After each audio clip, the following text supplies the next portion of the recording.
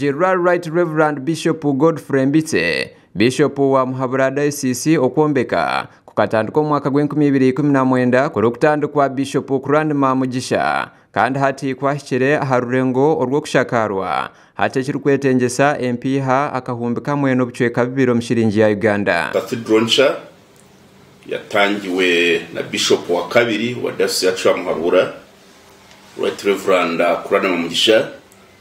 Turamushimira imirimo yakoze na cyane iyo Cathedral nshya yatangiye, kandi uyu mwaka Cathedral nshya igeze ku rwego rw'urusakariro, kandi ku rusakariro ibyifuzwa twifuza uba amashiringi angana biliyoni imwe.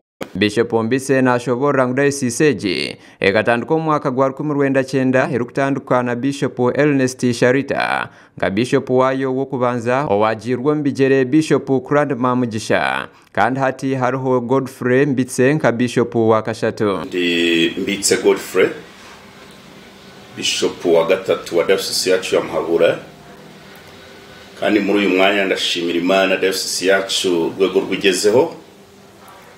Diocese yacu yatangiye mwaka w'1990 kandi yatangiwe na Bishop wa mbere Bishop Ernest Sharita, kandi Bishop wa kabiri Bishop Kurandima Mugisha. Bishop Mbitse nashobora Cathedral nshya eyombekirwe neija kubanesha karwa omwaka ogo ekirikwetegesa amabati garukuhingura mu 13 atiyo yashaba abasamariya barungi okurugayo okubakwasizaho okumaliriza omurimo ogo insha, kandi yabaririwe kujaho amabati 3,300 kandi n'ibindi byifuza kugira ngo isakarwe.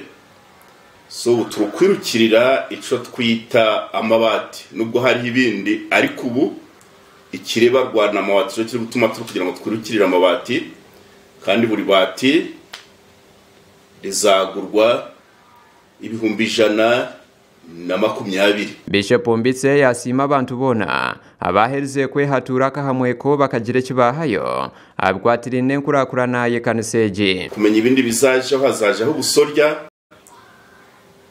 butandatu buri gasobya ni miliyoni 15 hamwe n'ibindi byifuza. So turabishimira Imana aho tugejeje, dukomeza gushimira nabo bagize ibyo bakomeza gutanga. Ekaniseji kwerabe yahereze okombekwa neija kubanesha birwamu abantu barukuhingura mu 13. Iyo Cathedral nshya izaje yicaza abantu 3,000.